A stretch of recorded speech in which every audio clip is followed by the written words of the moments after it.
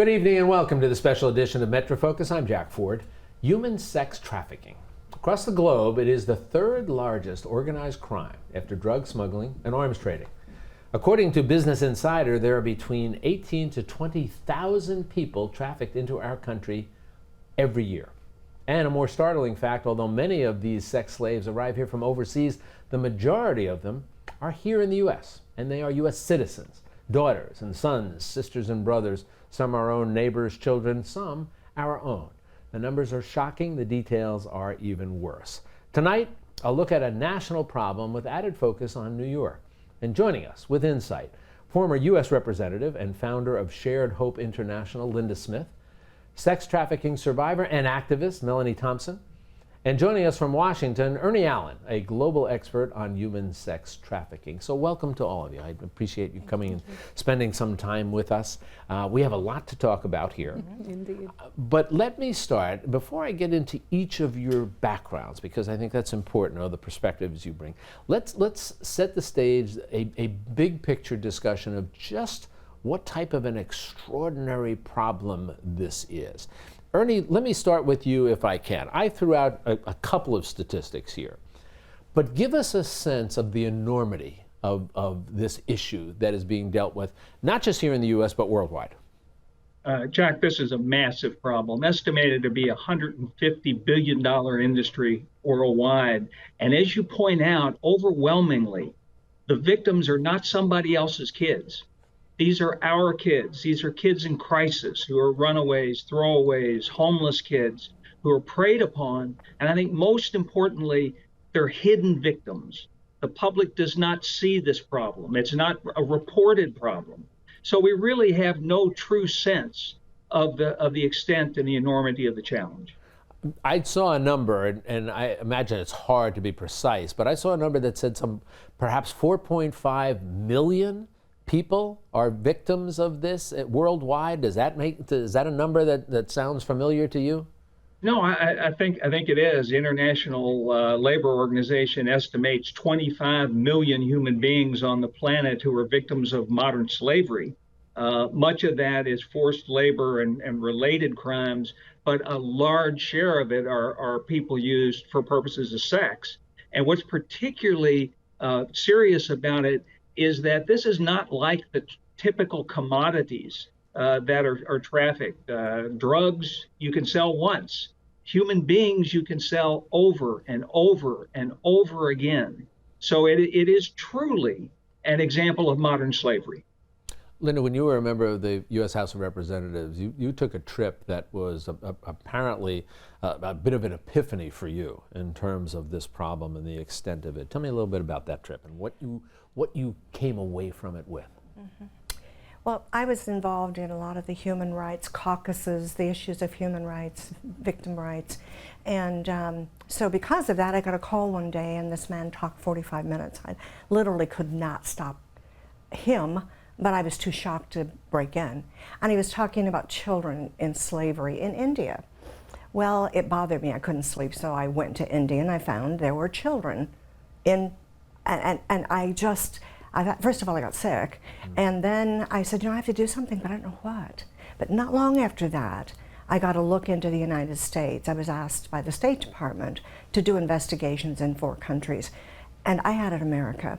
I thought, how credible can we be criticizing these other countries like India for selling their own children to their own men, because it was domestic trafficking. So I did, and I found that my criticism of India was paralleled here. When we presented to Congress the numbers in 2007, and we started saying, we know this, we know that most of the people we found were trafficked as minors, they were sold for commercial sex, and often they were used for pornography before that. Melanie, you, as I said in the introduction, previously in this world, escaped from the world, and now an activist, actively involved in trying to help others. Mm-hmm. But to get a sense from your perspective, how did you get drawn into that world? This world has a way of preying on the world's most vulnerable. I come from a background of nothing but marginalized poverty and impoverishedness. I come from a broken home. And unfortunately, I was just one of the targets in this demographic, you know, a young pre-teenage girl in the streets of a very poor neighborhood in Queens. And, you know, me just being outside with friends turned into somebody finding me on the street before I got home and locking me in a closet and putting me into this world. So, you know, this is just my personal story in Queens, but this happens all over New York City, all over New York State, and like you said, all over the world. How did you escape from it? I actually got arrested on my way out. So there was a warrant out for my arrest, and the cops found where I was. I've heard it was through an anonymous tip. I wasn't there to verify that, but the cops ended up prying this locked closet door open with these hedge cutters or whatever and arrested me, and then I went into the foster care system thereafter. So that's a real point. She was arrested. A lot of this nation is still not understanding that that little girl wasn't a prostitute, and in 19 states, they can still be arrested for the crime of prostitution, and New York's one of those states. So victimized once and then victimized again Yes. by the justices. Yeah. Let's talk about that for a moment. And Ernie, let me bring you into the conversation.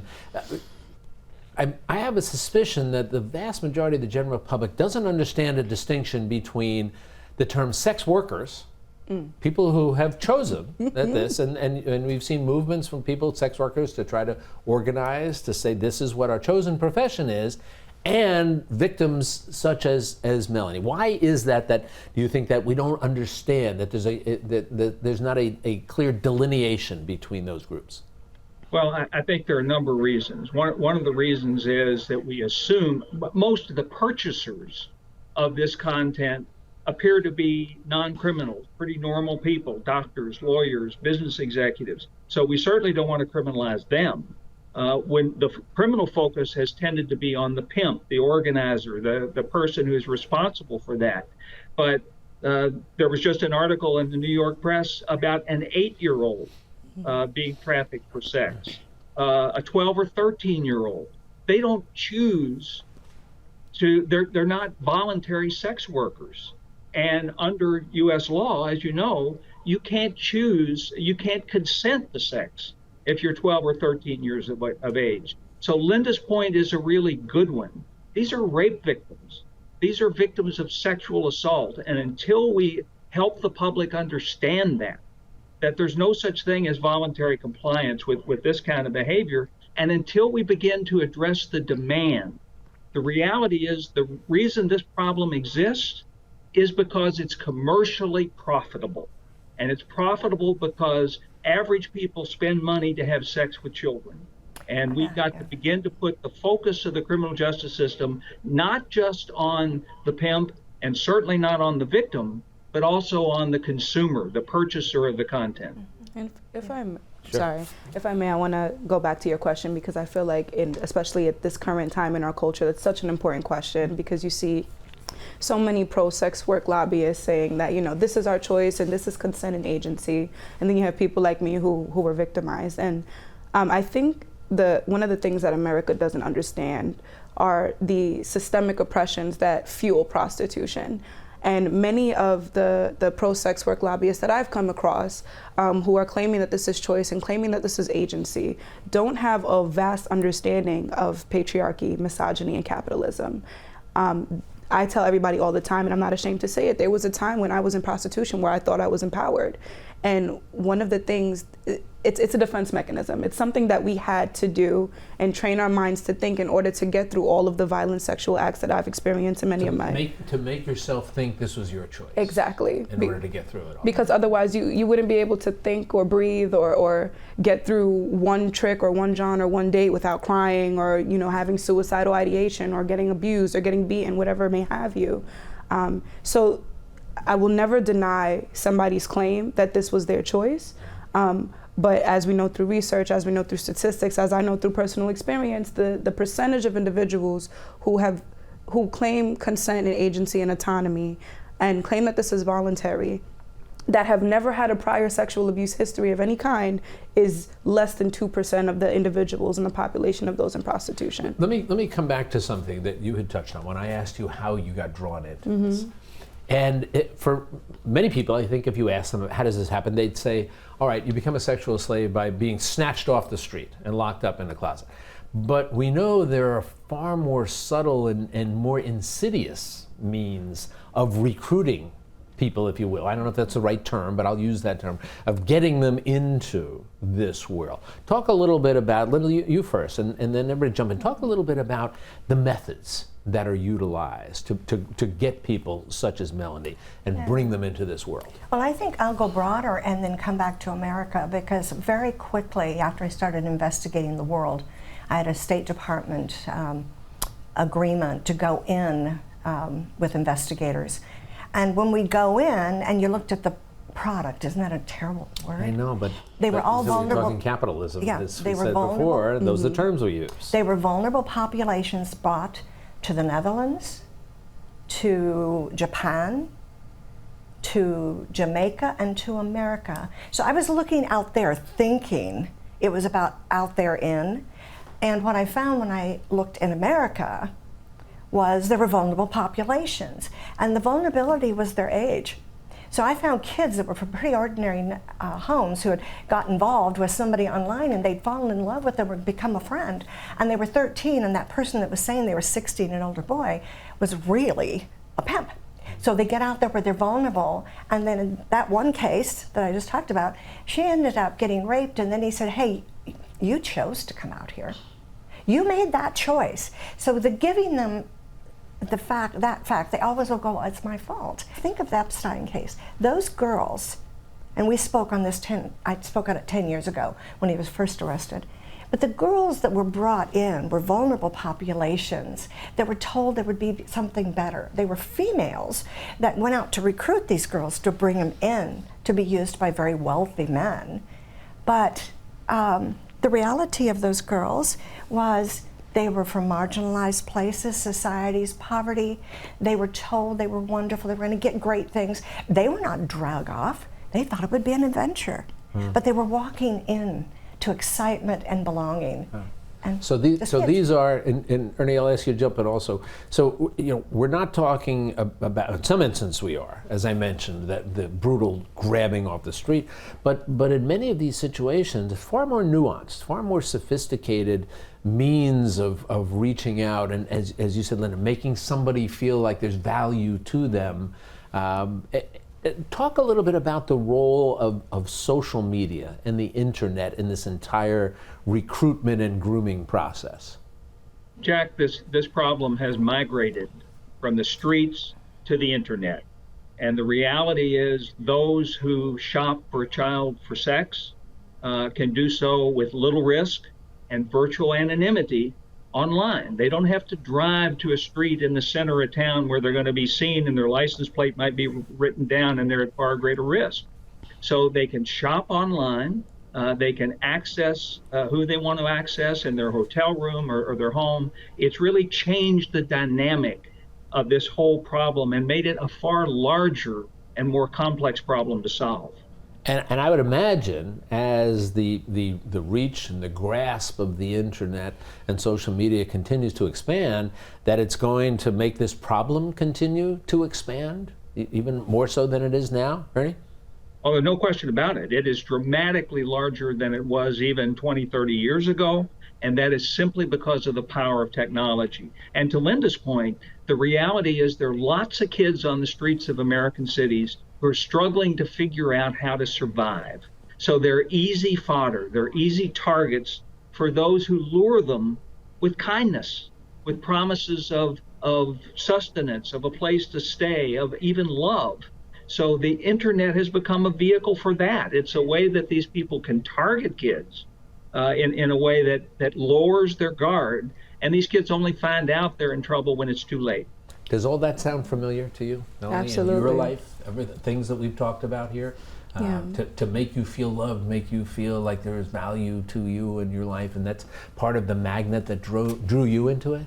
I had a slightly different experience, but what Linda was saying was actually very accurate with many of the other survivors that I know. there are different types of pimps. When you're in the lifestyle, there is a pimp scale of the different types, and you have what we call like the Rico or the Suave pimp, which is more to Linda's point, that tries to woo you in with this idea of love and giving you, it might start as a high school boyfriend, but really that boyfriend in high school is the recruiter for an older pimp, or this pimp tells you that he loves you and it seems regular, and then later on in the relationship, he'll snap and say, if you love me, you have to do X, Y, and Z. We also, I think, have to pay attention to the categories of the vulnerabilities of the people that are susceptible to this issue, right? So in many cases, those that are wooed by love are coming from some type of broken home where they're not receiving that love. So there's a void there.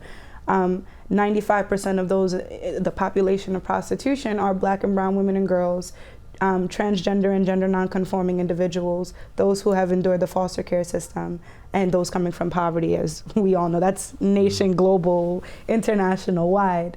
And I think that pimps have a way of, I always like to say, sniffing out what vulnerability you suffer from. In my case, I'm coming from a broken home with many siblings, living below the poverty line, being a Black girl myself, living in the south side of Jamaica, Queens, which is not the nicest neighborhood if you haven't ever been. And me having a lot of domestic violence in my household. So I come from that void of not receiving a certain amount of love or attention. So you checked a lot of the boxes. A lot of the boxes. They are looking at, as you said, these are very sophisticated people, very sophisticated means And patient. being used Patient, to bring aren't they? people in. He could have watched her for a long time And never said before a he thing. got her to figure out if anybody would look. Yeah. I remember when Ernie and I first got together, well, we'd known each other before, and I said, this is horrible, and I know that we're dealing with the same kids, missing kids. He was actually working on a book with me, or editing the book, and it was actually written, it's called Renting Lacey, but on a series of American kids that were mostly started in their middle school age that I knew of and knew. And it was like, I don't know how to make this so strong, because people aren't going to want to read it. And it was something to the extent of, Linda, don't weaken that book. Because I've been saying, I know where the kids We need the power from this book to get, and that gets me to we've got a few minutes left, and I want to talk about, we talked about the problem now. Now I want to talk about what we do about this problem, and what we've all been doing, and what we all need to do. Melanie, let me come back to you, because as I mentioned, you've become an activist. You've gotten involved in pushing legislation. Some of it has had immediate impact. There was a site, a back page, that was a destination point, if you would, for people who were looking. Yep.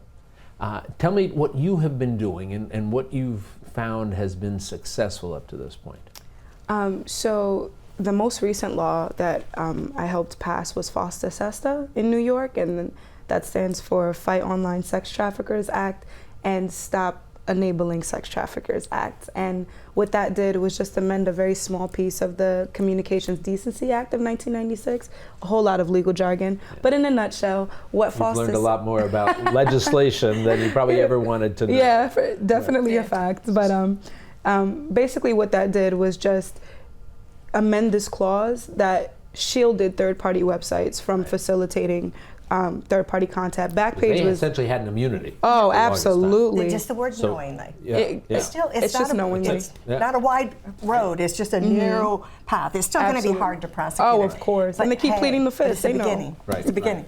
But Backpage was actually very personal to me, because I was trafficked on Backpage for over a year. And much of my 12-year-old body was plastered all over that website. So one of the things that I do, like you said, a lot of the laws that I've passed had an immediate impact, and FOSTA SESTA was one of those laws. We've seen a lot of backlash from a lot of the people that we were talking about earlier, the pro-sex work lobbyists, who claim that it's detrimental. So my role now in society is to educate individuals on how FOSTA SESTA is not targeted to individuals, but to the websites that facilitate this kind of crime. To go to Albany and DC and try to pass stronger laws or strengthen laws that we currently have against pimps, traffickers, exploiters, and sex buyers. Do you find that when you go there, I'm going to come to you and Yeah. your organization, when you go to Albany or when you go to Washington, are legislators both truly listening to you, first question, and Do you get a sense that they have become committed to doing something about this? I would say I have a good like 60-40, maybe 70-30 of that. Most of the assembly members and senators that I meet with, they hear me and they seem really actively engaged. And a lot of them are honest when they don't really know much about the issue. They say, hey, you know, this is not something my office really works on. This is kind of the first time I'm hearing about this. Educate me, and I appreciate that. There are a few that I meet with that are completely, have a very opposite opinion on this on this topic as I do, and say, you know, well, what about those who choose it? And what about those who want to do this, or Pretty Woman, or, you know, et cetera, et cetera. And those are the individuals that I tend to have a lot more of a frustrating conversation with. And sometimes we just But come that up. reflects what the attitudes of a lot of people out there, right? This notion, Absolutely. as you said, what about Pretty Woman? Isn't this Right. just a fairy tale?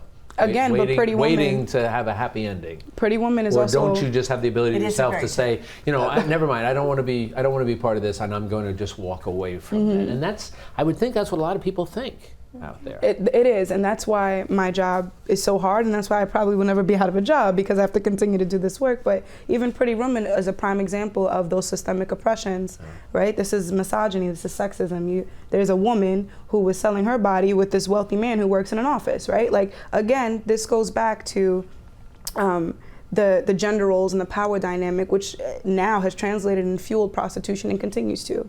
Tell me a little bit about your organization then, Shared Hope International. Well, Shared Hope International is an institute, and we actually are 2 blocks from the White House. Our goal is to change the laws in all 50 states and the federal law. So 8 years ago, we started working on what became the bills you were just talking about. There's 41 points of law, and we started now in 2011 grading those 41 points of law right into the code of each state. We only had less than 50, it was 47% of the law. And that states like New York failed totally. And if they started increasing, now most states are a B. So New York is a D. Now it's really interesting because when they started, they were the first to talk about treating the girls as victims instead of criminals. They kind of got stuck. The AG's office is doing great. There's some people here doing great, but they're holding to that cultural bias, and 19 states still haven't changed. They've got a law, but in the law, they have a prostitution law, and they still call the child a prostitute. And they hold the right to arrest them. Now, a few people will be diverted in that, and there are some good actions. But I say that bias in the law. Mindset that Yeah. you would think. So I think we have a cultural change that needs to happen in the states, and we have to change it by first passing a law to not criminalize the minor. Ernie, let me get last word from you, if I can. Bigger picture again, are you at all optimistic? Do you get a sense that progress is being made, both in terms of awareness of the nature of the problem and in terms of doing something about it? Well, Jack, I think progress has been enormous, and much of that attributable to people like Linda Smith and Shared Hope. Because of her and her colleagues, the first Trafficking Victims Protection Act was passed almost 20 years ago. FESTA and SOFTA now have happened to address that internet immunity. But the key challenge remains, we need to build public awareness. The public doesn't understand that this continues to happen. It happens in all kinds of cities, not just New York. We launched a task force program across the country called Innocence Lost almost 20 years ago. The first major bust was Harrisburg, Pennsylvania. But finally, I think the most important thing we need to do is address the demand. As long as customers feel that there's no risk for hiring a child for sex, this business is going to continue and it's going to prosper. So we need to begin to hold the customer, the purchaser, accountable if we're ever going to solve the problem. Well, I think this has been a very important conversation we've had. It's been a very illuminating conversation. My hope is this is going to help to move this conversation along. So, Ernie, Linda, Melanie, I want to thank you all for joining us Thank you. and compliment you on the good work you're doing, and hope that we can talk with you again down the road here as we move forward. Thanks to all of you for joining us. We appreciate it. Good to be here. And a reminder, if you'd like more information on this epidemic or any of the organizations we mentioned, make sure you visit us at metrofocus.org. I'm Jack Ford. Thanks for joining us.